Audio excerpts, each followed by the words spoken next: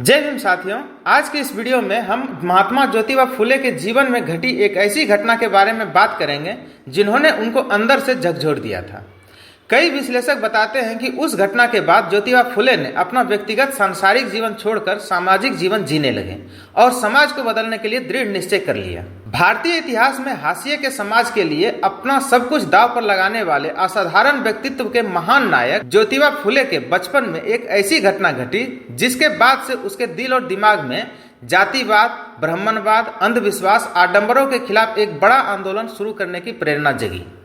तो चलिए जानते हैं कि आखिर वो कौन सी घटना घटी थी जिन्होंने ज्योतिबा फुले को समाज सुधारक महात्मा ज्योतिबा फुले बनने के लिए प्रेरित किया। इसको समझने के लिए हम कुछ रचनाओं का सहारा लेंगे जो ज्योतिबा फुले की जीवनी से जुड़े हुए हैं। इसमें सबसे महत्वपूर्ण रचना है ज्योति कलश, जिसके लेखक का नाम संजीव है। हंस जैसी चर्चित पत्रिकाओं के संपादन, स्तंभ लेखन और कई उपन्यासों के रचयिता संजीव द्वारा लिखी गई किताब ज्योति कलश अपने आप में महात्मा ज्योतिबा फुले के जीवन से जुड़ी सच्ची घटनाओं का एक क्रमबद्ध दस्तावेज है। राजकमल प्रकाशन द्वारा प्रकाशित इस किताब में ज्योतिबा फुले से जुड़ी अधिकांश घटना का चर्चा मिल जाएगा। संजीव फुले के जीवन से जुड़ी उस घटना का जिक्र अपने किताब के शुरुआत में ही करते हैं, जिसके बाद से ज्योतिबा फुले दलित पिछड़े समाज के हित के लिए कठोरता से प्रतिबद्ध हो जाते हैं। ज्योति कलश किताब में संजीव बताते हैं कि एक बार ज्योतिबा फुले को उनके करीबी दोस्त प्रांजपे की शादी का निमंत्रण मिलता है। चूंकि प्रांजपे ज्योतिबा फुले का घनिष्ठ मित्र था, तो उन्होंने अपने निमंत्रण पत्र पर लिखा कि तुम नहीं आए तो कट्टी। यानी प्रांजपे ने अपने दोस्त ज्योतिबा फुले को लिखा कि अगर तुम शादी में नहीं आए तो दोस्ती खत्म मानी जाएगी। अपने घनिष्ठ मित्र की शादी का निमंत्रण पत्र देख ज्योतिबा फुले बहुत खुश हुए। वे खुशी खुशी बारात जाने के लिए सजने संवरने लगे। इसी बीच उन्हें तैयार होता देख उनके पिता गोविंद राव पूछते हैं कि कहीं जा रहे हो क्या। अपने पिता के सवाल पर ज्योतिबा फुले कहते हैं कि आपको बताया था ना कि प्रांजपे के विवाह की बारात में जाने का न्योता मिला है। अपने बेटे की जवाब सुनकर गोविंद राव संशय में पड़ गए। उनके दिमाग में कई प्रकार की घटनाएं चलने लगे कि मानो कोई बीती हुई कहानी का फ्लैशबैक चल रहा हो। ऐसा इसलिए क्योंकि फुले खुद माली जाति से आते थे, जबकि उनके दोस्त प्रांजपे ब्राह्मण जाति से संबंधित थे। उस दौर में कोई शूद्र समाज के आदमी ब्राह्मणों की शादी में शामिल हो जाएंगे, ये तो सोच से भी परे थे। हालांकि बारात जाने के लिए बेटे का उत्साह देख गोविंद राव कुछ कह नहीं पा रहे थे, लेकिन उनको ब्राह्मणों की बारात में कुछ एक अपमानित करने वाले प्रसंग याद आ जाते हैं जो कांटे की तरह अंदर ही अंदर चुभ रहे थे। परंतु बेटे ज्योतिबा फुले के उत्साह पर पानी डालना उन्होंने उचित नहीं समझा। ज्योतिबा फुले पूरी तरह से तैयार होकर अपने दोस्त के शादी में शामिल होने पहुंच गए। ढोल, ताशे, पिपहरी, गलहाते बोल के साथ बारात चल चुकी थी। लड़के नाचने गाने में मशगूल थे। प्रांजपे दूल्हा बना मुकुट पहने तलवार साधे रथ पे बैठा है और बगल में उसका छोटा भाई भी है। ज्योतिबा का मन किया कि प्रांजपे से मिला जाए। तभी पता चला कि गोला, आतिशबाजी दागने वाले पाटिल का पता नहीं है। लोगों में फुसफुसाहट चल रही थी कि अब गोला कौन दागेगा। गोलों का दागना भी उस समय जरूरी था। नाचते गाते लड़कों से पूछा गया कि गोला दाग लोगे, तो कईयों ने कहा नहीं, डर लगता है इससे। तभी फुले आगे बढ़कर कहते हैं कि मुझे डर नहीं लगता है।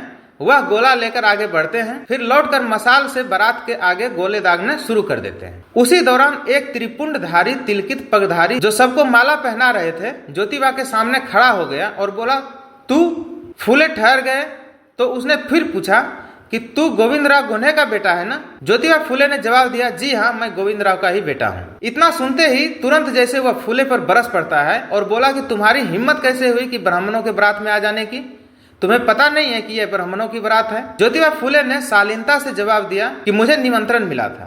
ज्योतिबा फुले के जवाब सुनकर पंडित त्रिपुंडधारी झुंझलाते हुए कहा कि निमंत्रण?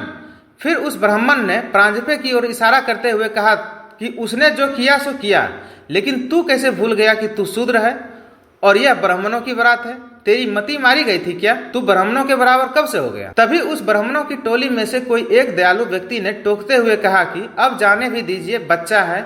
मित्र समझकर उस बच्चे ने अपने दोस्त को बुला लिया, सो आ गया बेचारा। दोनों ही बच्चे ठहरे, गोला भी तो इसी ने चलाया था। अब बालक समझकर माफ कर दीजिए और कोई रास्ता निकालिए।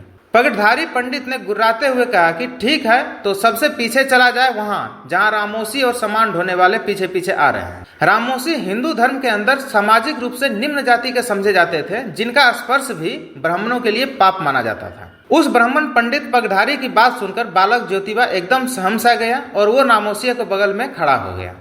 ज्योतिबा फुले एकदम अपमानित महसूस करते हुए चुपचाप बारात को देख रहे थे। तभी बारात से अलग खड़ा एक रामोसी पास आकर बोला, कि तुम्हें बारात से निकाल दिया गया ना ब्राह्मणों के द्वारा, तो तुम आए ही क्यों थे?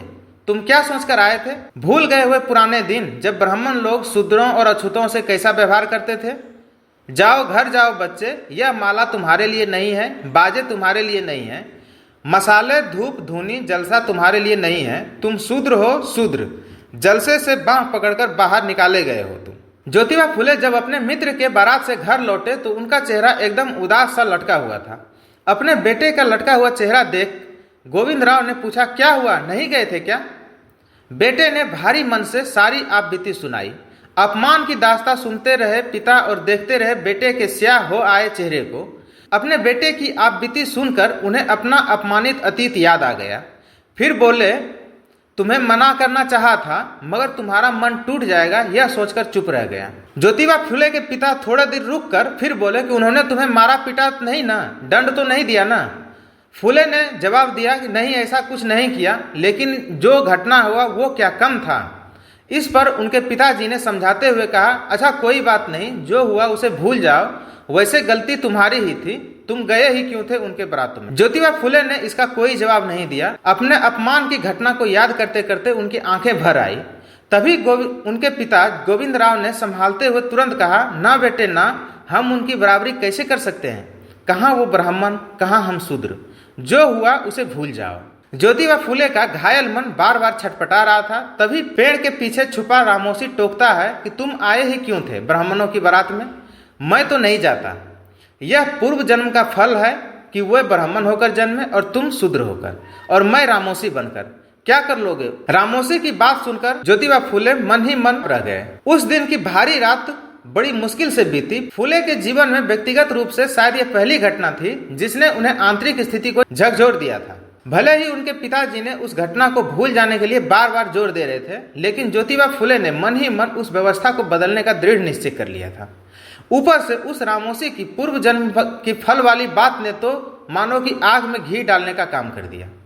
उस घटना के बाद ज्योतिबा फुले सामाजिक परिवर्तन के लिए जो आगे बढ़ा, फिर पीछे मुड़कर नहीं देखा। संजीव अपनी किताब ज्योतिष कलश में ऐसे कई सारे उदाहरण देते हैं जिसे महात्मा ज्योतिबा फुले ने अपनी जिंदगी में देखा, सुना, सहा और डट कर सामना किया।